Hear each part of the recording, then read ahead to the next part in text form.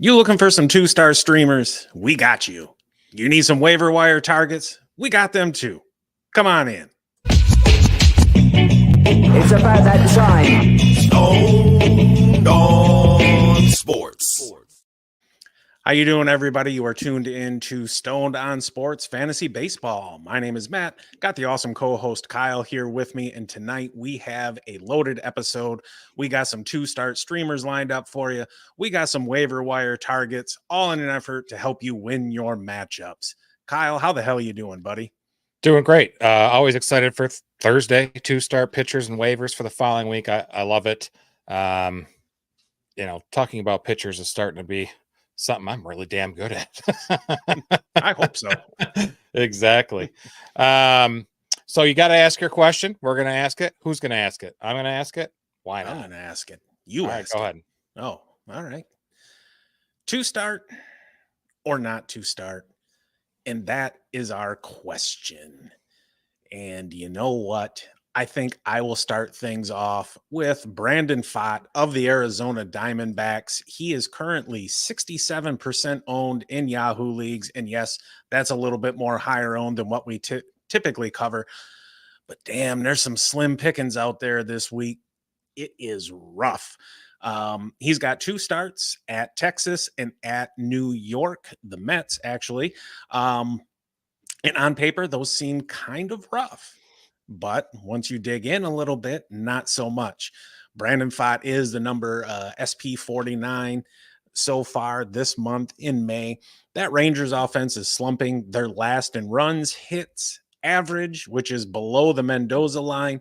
Their bottom three in on base and slugging over the last 15 days. They're not really striking out a whole lot, which is fine. And they're about mid-pack at drawing walks. And that Mets offense has not been much better. They're bottom 10 in runs scored, 8th in walks. They've got the 9th most strikeouts, and they are a bottom 10 team in all triple slash categories.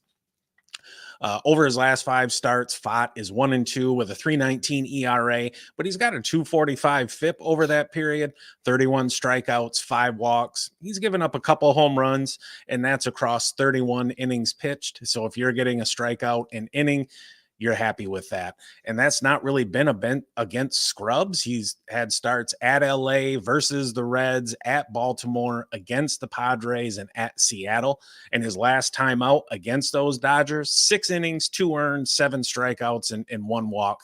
I don't really think you can ask for much more than that. No.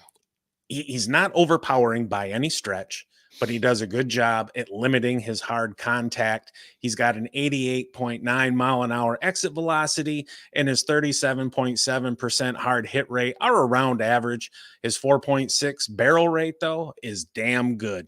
And we're talking about a guy whose 3 flat expected ERA is in the top 20% of the league, and that's a full run below his actual ERA on the season. Overall contact for him is right around average, as is his contact in the zone. And he's got a pretty average BABIP of 282. I know I keep saying average a lot, but this kid is everything but. He excels at limiting the free passes, just a 4.5% walk rate, which is 12th in Major League Baseball. And he's coming in at a little over 1.5 walks per 9. He's doing much better at keeping the ball in the park this season, giving up less than a home run per 9, and his home run to fly ball rate is just 8.1%. Last year, it was 16.8. So anytime you can cut that ratio in half, you're doing a damn good job. His strikeouts are right around average. He's at 23.5% on the season, 8.7 K per 9 with a 10.5 swinging strike rate. He's got a nice 30.3% chase rate, though the whiff rate is a little bit low at 23.4%. But when you pair that with the low walk rate, he's got a 19% strikeout minus walk rate, which is in the top third of the league. And we talked about him a few weeks ago, and one of the things that both Kyle and I really, really liked about him was his first pitch strike rate, which sits at 74.1%. Best in Major League Baseball and 2% ahead of second place. But on the flip side of that, He's got a 61.4% strand rate that is the second worst among qualified pitchers. He's a fly ball pitcher, 42.8%. And that is he's helped out by one of the best defenses in baseball. He is a solid mid-rotation guy to me right now at the moment, but he is improving. Remember, this is just his second season in the big leagues. And with the improvements we've seen just year over year so far, this kid has an incredibly high ceiling. He does. He does.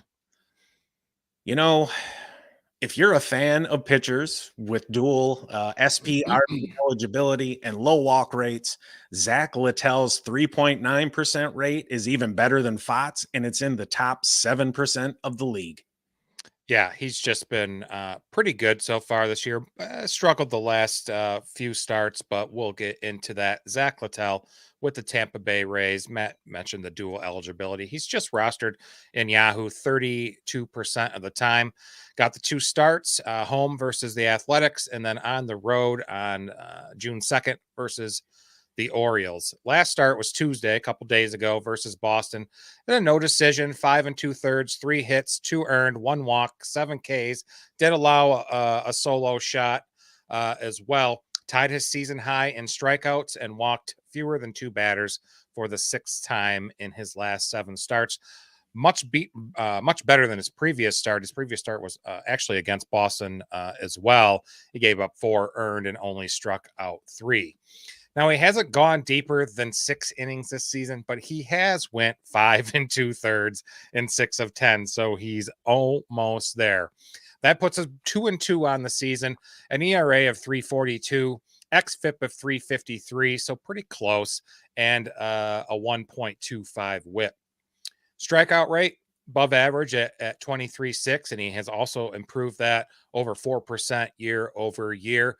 That walk rate that Matt mentioned, that 3.9, he's issued just 9 walks total this year. That's amazing. Oh, yeah, horrible ground ball rate. He's at 32.9% in the bottom 11% among MLB pitchers. So naturally, he's above average in fly balls and line drives, right? That's correct. His launch angle is very high as well at 18 degrees. It's 5.2 degrees worse than last year.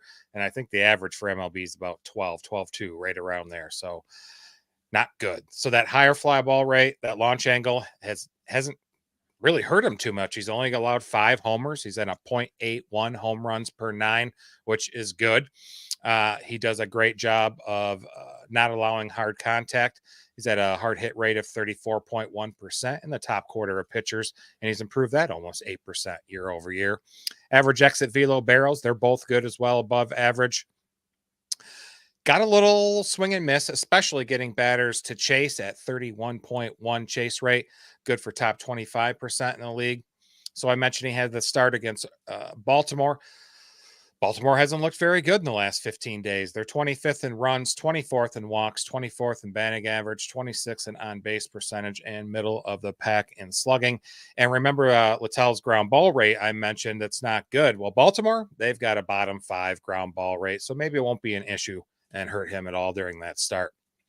Oakland, you know, what can you say about Oakland? They go on little streaks. They're good for a while, but overall, they're a horrible team, right? They're 29th in OPS in the last 15 days, bottom 5 in slugging, on-base percentage, and batting average. Number 1, the most strikeouts in the last 15 days, 26th in walks, and just 29th in runs. He's a mid to high level streamer for week 10 for me. The strikeouts give him a decent floor.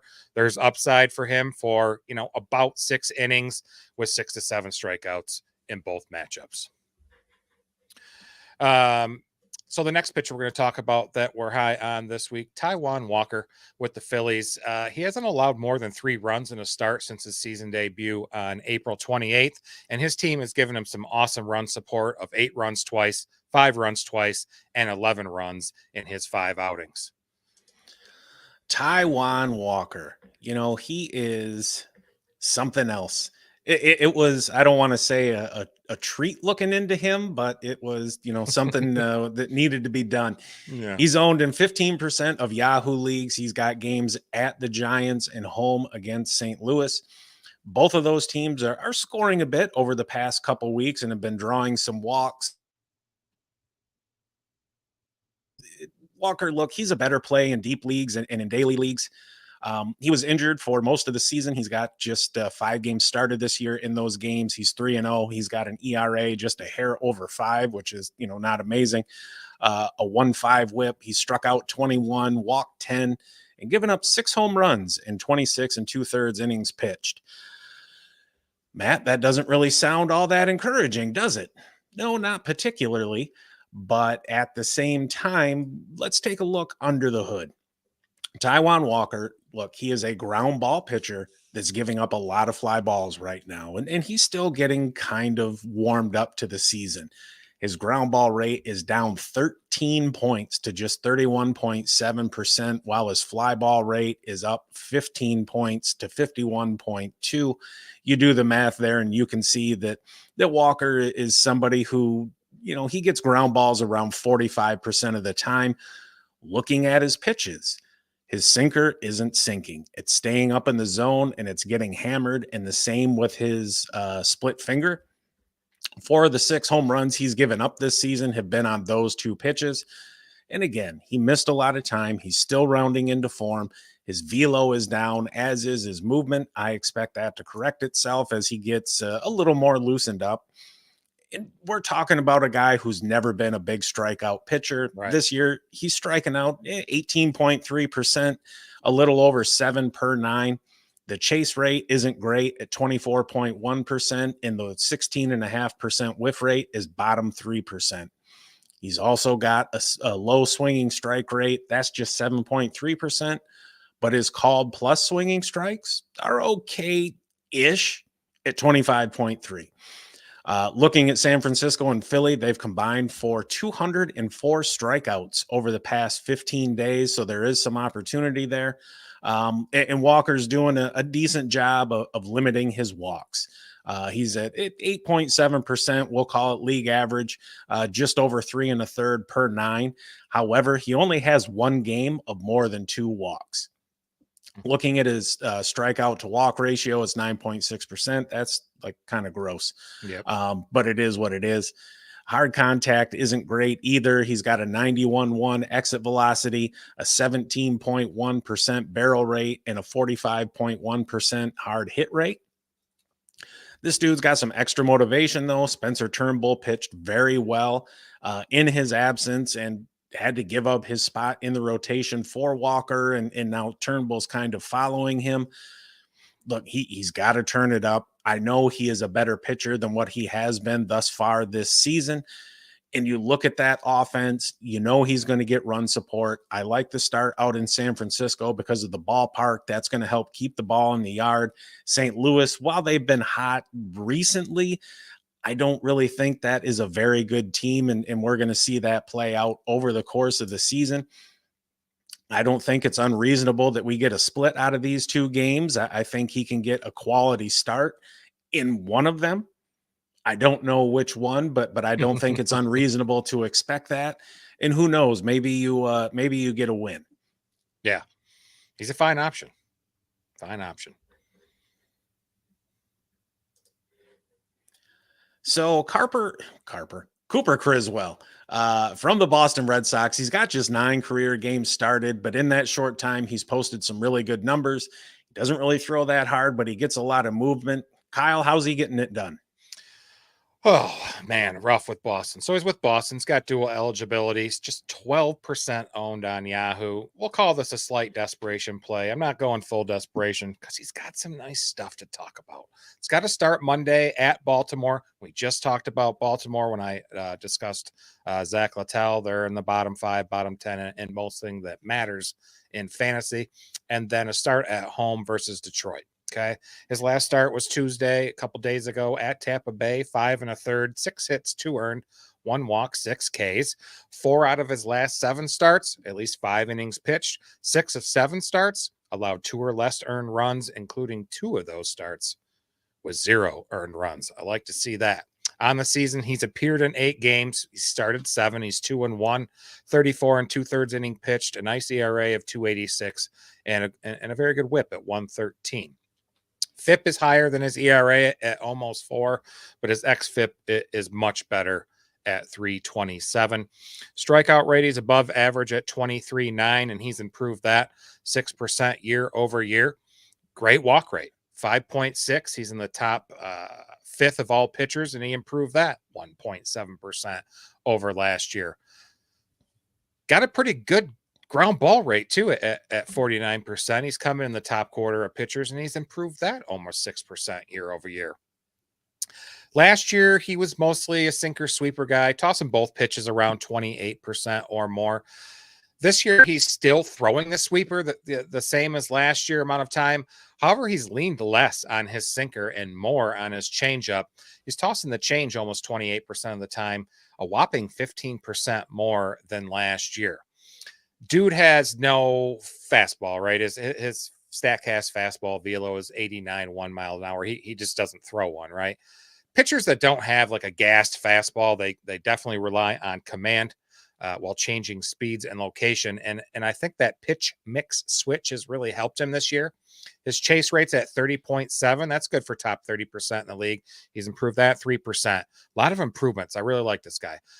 Whiff rate is below average at 21.5. You'd like to see that higher, but he has improved that 4%. So he was extremely worse last year. He gets ahead in the count with a first pitch strike rate of 69.7. He's improved that by almost 5% year over year, and that's a whopping 9% higher than the rest of the league averages. WOBA, the expected stats, WOBA, the batting average, the slugging, both improved as well year over year, each by an average of 50 points each. Now some of the bad. And it's mostly about allowing hard contact. Hard hit rate is 38.8. And while that's just slightly below average, he was much better last year, almost 6% better, in fact. And his exit velo has worsened too. It's up almost 2% year over year. Barrel rate, yep, also worse this year by almost 3%. Now, grain of salt time, okay? We're comparing 33 innings pitched last year versus 34, about the same, 34 2/3 innings pitched so far this season. So do keep that in mind. This is what we got to work with, right? Baltimore, again, mentioned, they're horrible. Camden's yard skews more towards a pitcher's park. I love the start versus Baltimore. Detroit, middle of the pack in batting average. They're 19th in on-base percentage, 20th in slugging, 19th in OPS, 19th in walks. They are tied for 12th in runs scored in the last 15 days, but that's skewed because they scored like 25 runs against the Diamondbacks in a 3-game series.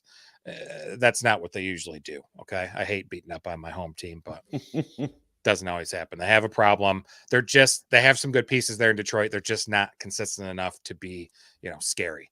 So I put my money where my mouth is. I picked up Cooper Criswell in my home league, and I am starting him in week 10. And I wish you the best of luck because you're not playing me. Yeah. Now, so that was 4 pitchers that were, lower owned that were recommended to throw out there. Might help you out more than someone else. Now we have a couple that we don't like. This pitcher we definitely recommend sitting this week. He threw a gem versus Oakland last week, but his starts that bookended that Oakland start were just disastrous, and they were really caused by some real command issues. We're talking about Astros starting pitcher Cristian Javier. Matt, what do you got on him? Yeah, and he took on the Tigers not too long ago and absolutely got his ass kicked by that offense that isn't necessarily all that great. So he's owned in 83% of leagues. He's got starts at Seattle and at home against the Twins. Both of those teams are mid-pack as of late. Seattle still strikes out the most in baseball, though, on the season, and neither team really walks that much. And on the surface, that doesn't really sound bad, right? Teams don't walk. Cool. When you put the ball in play, good things happen. And teams that don't walk put the ball in play a lot. Yeah. Over his last 5 starts, he's 2-1. He does have 3 quality starts, but with a 5.7 ERA, 18 strikeouts, 13 walks, 15 earned runs, and just 23 2/3 innings pitched. You nailed it, buddy. Walks with him are a problem. It's he's walking people at a 12.7% rate and almost 5 walks per 9 innings. No bueno. He has as many games this season with 4 or more walks than he does with 1 or 0. And all that makes perfect sense because he throws just 59% strikes. That's much more inefficient than we want to see. We want to be, around a 2/3 ratio, and he's just barely over half. And those strikeout numbers are not much better, just an 18% rate and 7 strikeouts per 9 innings. Chase rate, awful, 23.9%. Whiff rate is not bad at 26.3. The 10.2% swinging strike rate is okay, I guess. Where he's been his best has been limiting hard contact. He's a little bit better than average. He's got an 88.9 exit velocity, a 6.7% barrel rate, and his 30.8% hard hit rate is actually pretty good. He's only allowed 4 home runs on the season as well. His overall contact rate and zone contact rates are pretty much average. You talk about a difference between he and Brandon Pfaadt. His first pitch strike rate is just 56.7%, about 4 points below league average. He is an extreme fly ball pitcher at over 51% that gives up a lot of line drives at almost a 24% clip. And his ground ball rate of 25.2% is a career low, but just a point below his career average. You look at his FIP and his xFIP, those are both a run or more higher than his ERA. And Seattle and Minnesota are teams that can score runs in bunches. Now, Houston is perfectly capable of giving him plenty of run support, but if he goes out there and walks 4 or 5 or 6 guys, I don't give a shit who is coming up to bat for you. It's going to be hard to keep up with that. Yeah. What do we got in the comments here? We got Kelsey. What's going on, Kelsey? Welcome back. What's going on? How you doing today? Thanks for joining tonight. Is that Ratatouille on your profile picture? Oh, look like a mouse with a chef hat. Yeah, Ratatouille. Yeah, whatever. Next. So, Justin Steele, he came into the season with a lot of hype, a lot of promise. Cubs fans are excited. Fantasy baseball players are excited because he was damn good last season. Yep. But an opening day injury cost him the month of April, and he's not been lighting the world on fire since his return. Kyle, what the hell's going on with Justin Steele? He is not the same. Not the same. I have him on my home league for $15 this year, and it's just not working out. He's 90% rostered. I do not recommend starting him in week 10. I am not. He's got 2 starts, obviously. Monday, the 27th at Milwaukee, and Saturday, June 1st versus Cincinnati. He had a start yesterday, the 22nd versus Atlanta. Took the loss, 6 1/3 inning, 6 hits, 5 earned, 1 homer, 1 walk, 5 Ks. He has now given up 4 or more runs in 3 consecutive starts, and he is still looking for his first win of the season. On the season in 5 starts, he's 0-2, 25 1/3 inning pitch. ERA is pretty high at 5.68. xFIP is better at 3.93, so it's not all bad, and he has a 1.18 whip. Strikeout rate is below average this year at 21.3. His saving grace, I suppose you could call it, is his walk rate. It's damn good at 5.6%, good enough for top 20% in the league. Whiff rate, putrid, 18.6%. He's in the bottom 9% of all pitchers, but does a very good job of getting batters to chase over 30% of the time.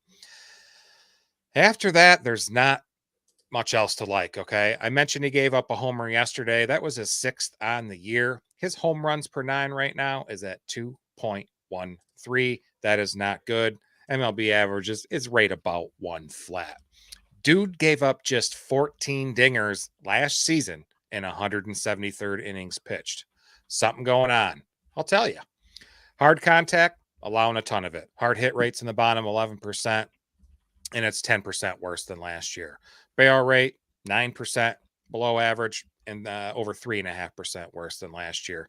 Average exit velo 90.3 miles an hour. He's in the bottom 20% of all pitchers, and it's worse than last year. His weak percentage 7.7. That's almost twice as high as MLB average. What is going on with this guy? Fly ball rate 29.5. He's 6% higher than league average, and 10% higher than his mark last year. Launch angle, he's at 11.5 degrees. And while that's lower than league average, it's up 2.2 degrees year over year. Contact in the zone, he's above average. Contact when batters chase, 68.9%. That is not good. Okay. It's 11% worse than the majors and almost 14% worse than last year. See how all these things correlate? How do you really feel? Jeez, bad. I feel personally afflicted by this because he's on my roster, and I opted to keep him last year in a $15 deal, and it's just not working out. So I mentioned he's got the start at Brewers. That park is neutral-ish. It skews towards favoring pitchers, but they've been 7th in hits, 9th in home runs, 5th in runs, 5th in RBIs, 8th most walks, 9th in batting average, 6th in on base, 7th in slugging, and 5th in OPS. They're a good team. Okay. The home start versus the Reds. Wrigley is usually always been known as more of a hitter's park, skews that way. You like that. The Reds, they're still a decent team in the middle of the pack, 14th in hit, 22nd in runs and RBIs. They do have the ninth most walks, and they're in top 12 in batting average on base and top 8 in slugging. I have him in my home league, as I mentioned. I'm benching him, and I suggest you too. You do too. It's just not good. Okay. 2-star pitchers is done, right? That's it. Now we got 6 waiver targets, and I think we got some really good one. First one is a dual eligible hitter for Seattle. He's had a hot bat of late, owning a 1.118 OPS since the beginning of May. We're talking about Luke Raley. Luke Raley, this guy has been on fire, and it's been fun to watch. Over the course of May, he is the number 14 outfielder and the number 4 first baseman in Yahoo. He's only owned in 36% of leagues, but that's up 15% in the past day. And in May, he's hitting 382 with a 424 on base, a 655 slug, good for a 1078 OPS. He's got 4 homers, 3 doubles, 9 RBIs, and a couple steals. Dude's in a platoon, but he's on the strong side of the platoon, and when he's in, he hits in the heart of the order. However, unlike Sal Perez, he has not discovered that walking is an option. He has walked at just a 2.6% rate, 5th worst among all players with 100 or more plate appearances. He strikes out a little more than average at 25.2%, but that's a 6-point improvement from last season. He's kind of rough there, right? But we know this archetype of player. He's got a 32.8% chase rate, which is bad, a 30.8% whiff rate, which is worse, and a 16% swinging strike rate. That just is what it is, right? His hard contact is down this year, bottom 3rd in hard hit rate, EV, and barrel rate. But he's only got 115 plate appearances. And one thing you want to keep in mind, especially with exit velocity, is balls that are hit more softly have a higher influence on exit velocity. So a few dribblers or just a little flare or something like that can really bring it down. He's got a 51.9% ground ball rate, and that's playing a big part in his low barrel rate. But his max EV is 113.6 miles an hour. That's top 7% of the league. The dude can hit, right? He can hit with the hell's the word I'm looking for? He can hit. He can hit with authority. Yeah. He showed last year he's capable of really good quality contact. And as his quality of contact improves, so will his fantasy numbers, and they've already been really damn good. Not a contact hitter at all, though. His overall contact is bad at just 70.4%. His zone contact rate is a little bit better at 82.6%, but that's still below league average. But this guy, if he gets 500 plate appearances, he can be a 2020 plus bat. Yeah. He'll steal bases. He's got some power there. The Seattle offense is starting to wake up a little bit. And look, they're a first place team. And they've got a schedule full of right-handed pitchers coming up. I think he's a really good ad. I like the multi-position eligibility, and I like the fact that he hits right in the heart of the lineup. So because we can't go a damn week without talking about somebody on the Cardinals, Kyle is going to be advocating for Alec Burleson. Kyle, take that away, I guess. Heck yeah. Eligible at first base and outfield, 28% owned, but he has been rostered. He's added 23% on Yahoo in the last day. He's currently on an 8-game hit streak with 5 of those 8 games for multi-hit efforts, 2 homers, 4 ribbies, 7 runs during that streak on the year. In 42 games, that puts him at 39 hits, 6 doubles, 5 homers, 17 RBIs, 12 runs, and a couple stolen bases. I'm always happy when some of the league's slowest players, Burleson included, can still get you a couple few steals on the year. He's slashing 298, 328, 458 for a 786 OPS.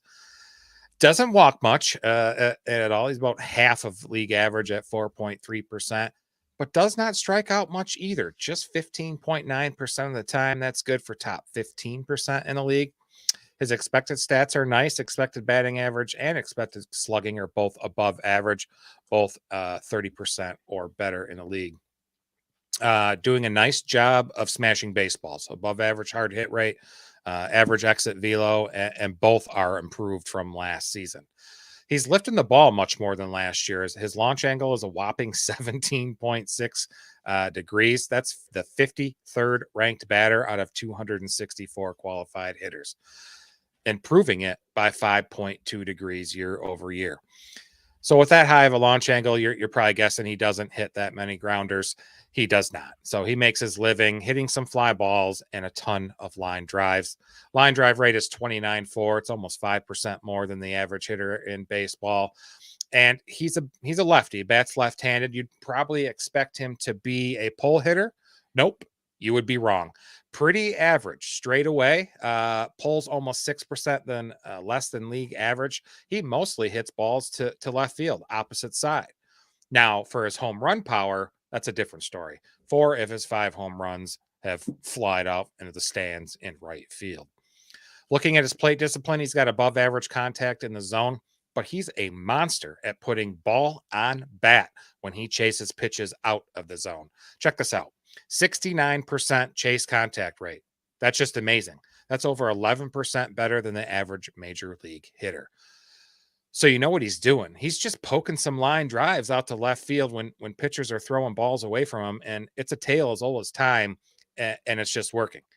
He's destroying off-speed pitches this year, change-ups. His slugging is almost 1,300 versus them.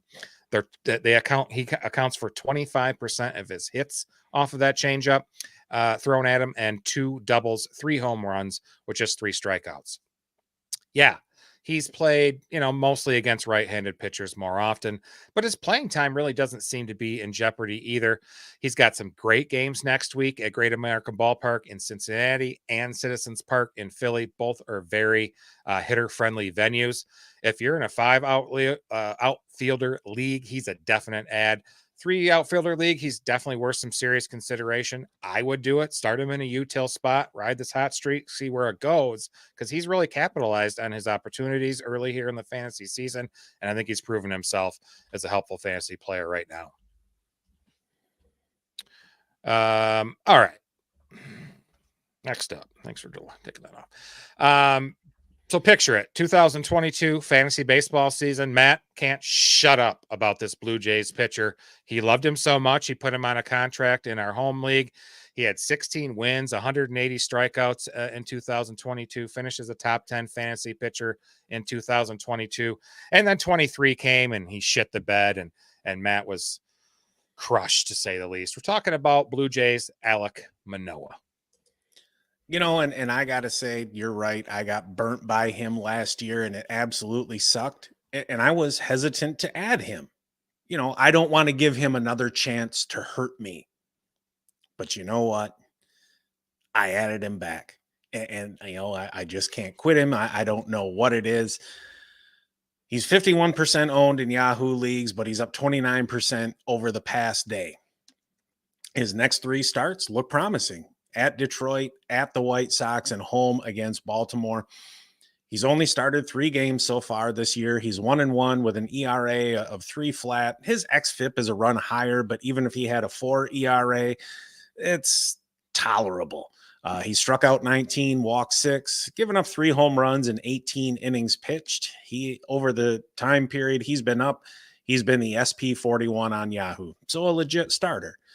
And surprise, surprise, there's some red on his StatCast. There's maybe pink. Red's a little bit generous. There's some pink on there. A lot of his numbers look like they did when he was good, right? He's got a nice strikeout rate at 25.3%, striking out 9.5 per 9. He's got a decent 28.9% chase rate. The whiff rate is okay at 26.4. Swinging strike rate better than average at 11.4. And he's struck out at least 6 in each start. He's not been quite as efficient as you would like. He's got just a 64% strike rate, but that's a hell of a lot closer than Taijuan Walker was. And look, he's allowed just 5 hits and no earned runs while striking out 13 and walking 2 in his last 2 starts across 14 innings pitched. We don't need to tell you what the Tigers offense is like. We don't need to tell you what the White Sox offense is like. Run him out there. His hard contact is around league average, 88.6 mile an hour EV, a 36.2% hard hit rate is solid. The barrel rate's a touch high at 8.5%, but nothing to cry about. And his overall contact rate is good. It's 75.6%. Zone contact, a touch high at 85.9. I think the big thing for me is we're seeing more control. His velo is up. There were some changes there to the stadium at Rogers Center that we've talked about, really turning it into a pitcher's park. Detroit is a pitcher's park. If you're going to pick him up, now is the time to do it. I'm not going to say he's going to return to form that he was a couple years ago when he came in 3rd in the Cy Young race. But if he can give you 85% of that as somebody who you can run out there more often than not, he's a pretty damn good option. We know the talent is there. And that old saying in baseball, once a player demonstrates an ability, they own it. He's demonstrated an ability to pitch at an elite level. Absolutely.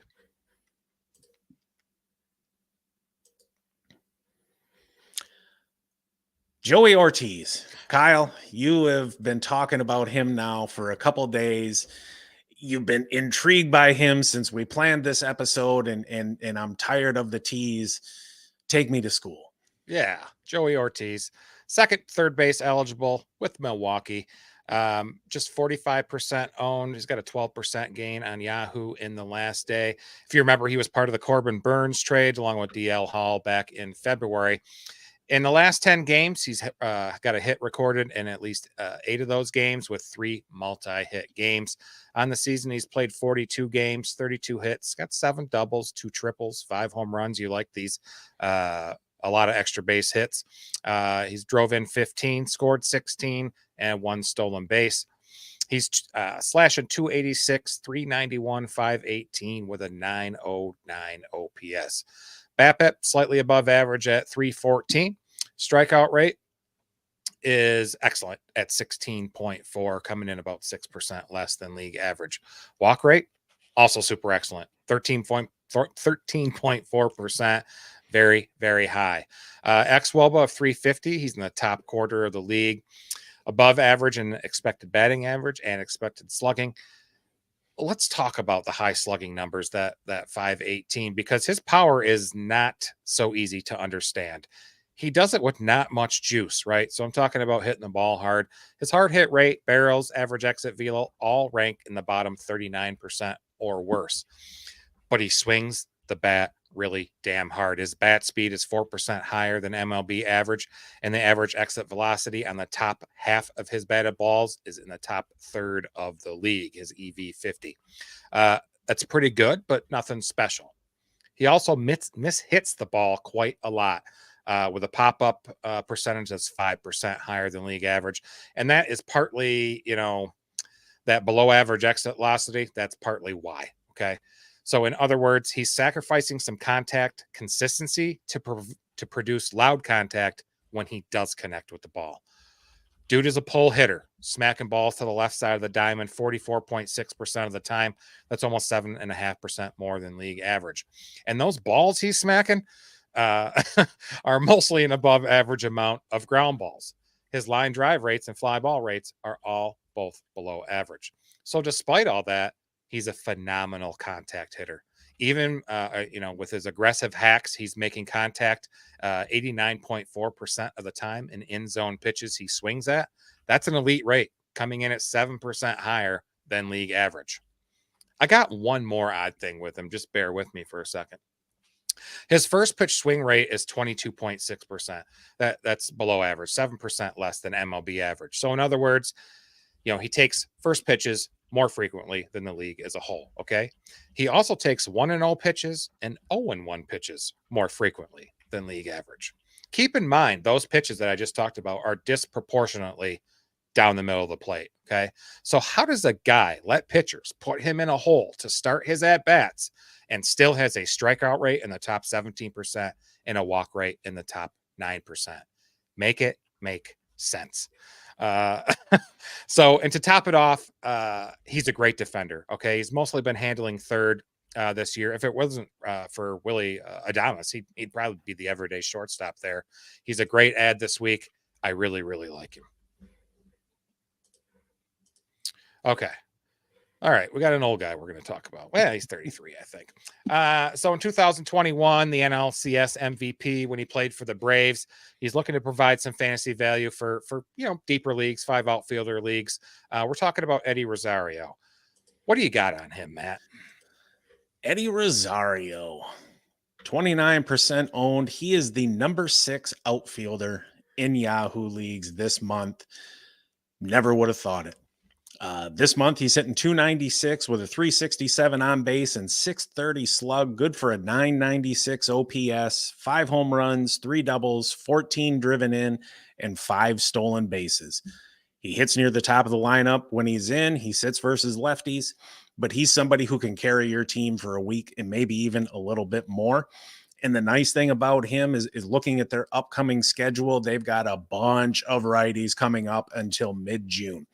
And look, this is Eddie Rosario. He's been around for a minute. We know who he is at this point in his career. Strikes out a little bit more than average, but it's not bad. He's got a 33.1% chase rate, 28.1% whiff rate, and 13% swinging strike. Those are bad, though. He walks a little bit less than average. His quality of contact, very nice.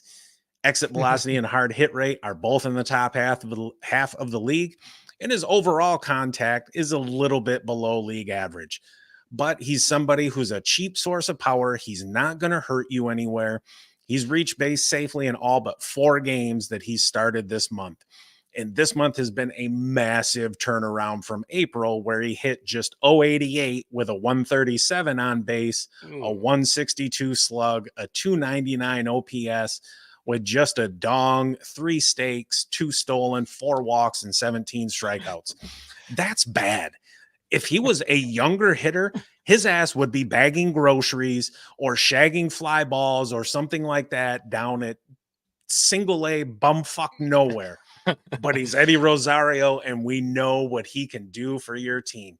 And look, this dude, he's been a slow starter his whole career. He's at his best in May and June. Pick him up. He's going to hit you some home runs. That Washington offense, while they still got a negative run differential, they can score some runs. They're pesky, I guess you call it. I can't really think of anything else. But they're a young, gritty team. And they've got some players coming back from injury. Lane Thomas is going to be back soon. Once that offense gets healthy, it's going to be a lot better. And Eddie Rosario can be a big piece of that. And then just a weird little tidbit I noticed while I was researching him, both his ground ball rate and fly ball rate are at 41.1%. That's weird. I can't remember seeing anyone else like that. That is strange. So if I had asked you who was leading the league in OPS among batters with 100 or more plate appearances, I sure as shit doubt you would say David Fry, but that is indeed who is doing it. Yeah, pretty amazingly too. Well, with the Guardians, triple eligible catcher, first base, outfield. He's 40% owned on Yahoo with a 28% gain in the last day. 34 games played, 29 hits, 5 doubles, 5 home runs. He's got 18 RBIs, 20 runs scored. He's walked 19 times, struck out just 3 more times than his walks at 22. You like it when it's really close like that, and throw in 3 stolen bases. Slashing 349, 486, 590, 1077 OPS. And yeah, we did not make a mistake there. I did say 486 OPS. So did Matt. That's just amazing. He is number 1 in OBP with that 486 mark. So what's that make his walk rate, Matt? Effing excellent. 17.4% in the top 2% in the league. Very, very good. Among those same group of hitters with 100 plate appearances or more, that puts his walk rate 5th out of 275 total batters. In the same amount of plate appearances this season and last year, his walk rate last year was just 7.1, improving it 10%. 10%. That's pretty good, okay? Strikeout rate above average at 20.2%. Above average in terms of hitting the ball hard hit rate, barrels, and average exit velo are all in the 55th percentile or better. Launch angle is improved 2 degrees from last year. He's at 18.3 degrees. That's over 6% better than MLB average. So what kind of hitter is he? He's a fly ball pull hitter. He's basically a professor at the pull percentage academy. Okay. Well, maybe Altuve's the professor. Fry is an adjunct professor. Point is, he's effing good at it. He pulls the ball 50.8% of the time. That's almost 14% more than league average. And the fly ball rate of 33.3, just shy of 10% more than league average. And he can play all over, mostly in the outfield. Most of his starts are there.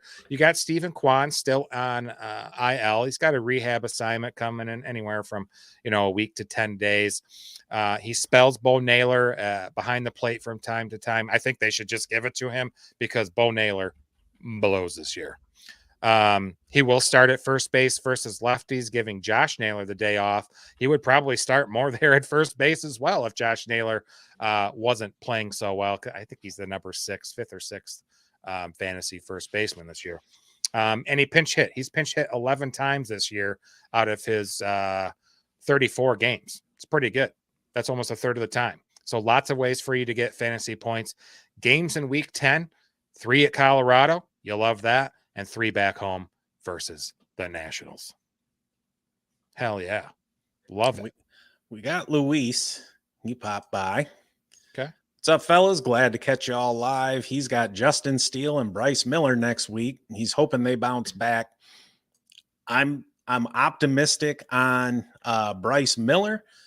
But Kyle, I know you just talked about Steele. Give us the 30-second rundown on why you may want to hesitate. It's bad. Don't. I mean, most of the underlying metrics are just so much worse than last year right now. With him getting injured on opening day, if you remember that opening day start, he was dealing until he, fielded that ball and hurt his hamstring. I think he's just going to need some more time. That's what I'm hoping, because I would like to actually start him more often than not. But next week, I just don't recommend him. A lot of tough matchups, and he's really struggling on the mound. Great question. Appreciate that, Luis. If you haven't already, give us a like and subscribe.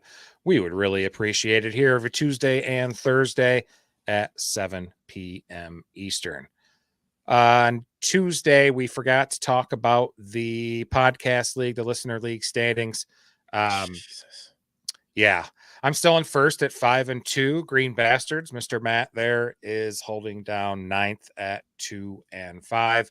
Still very competitive. A lot of guys at 4-3 and 3-4. It's been pretty competitive league so far, and a lot of these guys watch the podcast, and when I see some of their moves, I can tell they're listening for sure. I don't know why you had to, bring up my record. Like, that's not a real 2-5. All right. Because Okay. you got to look at the total points. And that is the whole goal is, what? I need to score more points. Now, just because the universe decided to intervene and say, you know what, you're going to score some points, but just like not enough. Like, that shit ain't fair. Right. That shit ain't fair. See, what we should have built in was like, top few people make the playoffs and then the highest scoring team, whatever we need to do to ensure that I make the playoffs and don't look like an idiot in front of our audience. Right. Kelsey wants us to fight. Well, we'll have to do it another time, but so yeah, good luck on everybody's matchups this week. So that's it. There you have it, folks. Those are the 2-start pitchers and waiver recommendations for week 10. Our 2 full start pitcher rankings are on the website at stonedonswordspodcast.com. I put the link there in the chat. Remember, picking the right pitchers is like picking the right ice cream flavor. Sometimes you end up with Rocky Road instead of vanilla, but hey, at least you took the risk, right? Don't forget to hit that like and subscribe button. We're on the march to 500. So if you like this content, subscribe for more fantasy tips, make your friends jealous, and subscribe to our sister channel, Stoned on Sports Fantasy Football.